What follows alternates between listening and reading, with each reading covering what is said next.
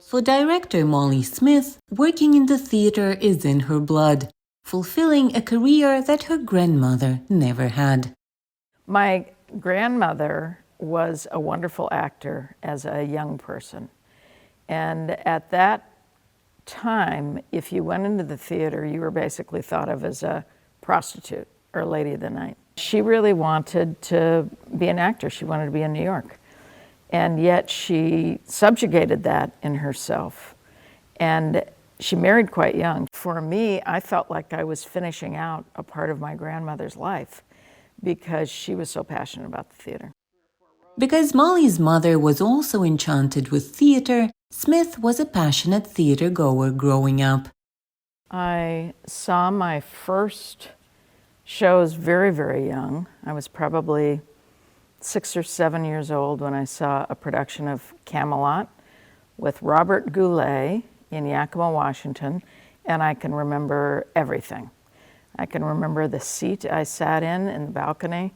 I can remember the area of the balcony. I can remember leaning forward into the light that was emanating from the stage, and I was hooked. After college, Smith moved to Alaska, and only a year later, in 1979, she founded the Perseverance Theater. My former husband and I drug 50 used theater seats across the country, so obviously it was a big passion for me to start a theater, and I'd spent 7 years of my life figuring it out. In 1998, Smith came to work at Washington's renowned Arena Stage as artistic director. Founded in 1950, the theater is visited by some 300,000 people a year.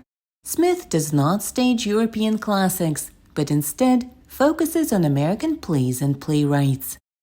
Everybody, there's a meeting here tonight. Are you ready? There's a meeting here tonight.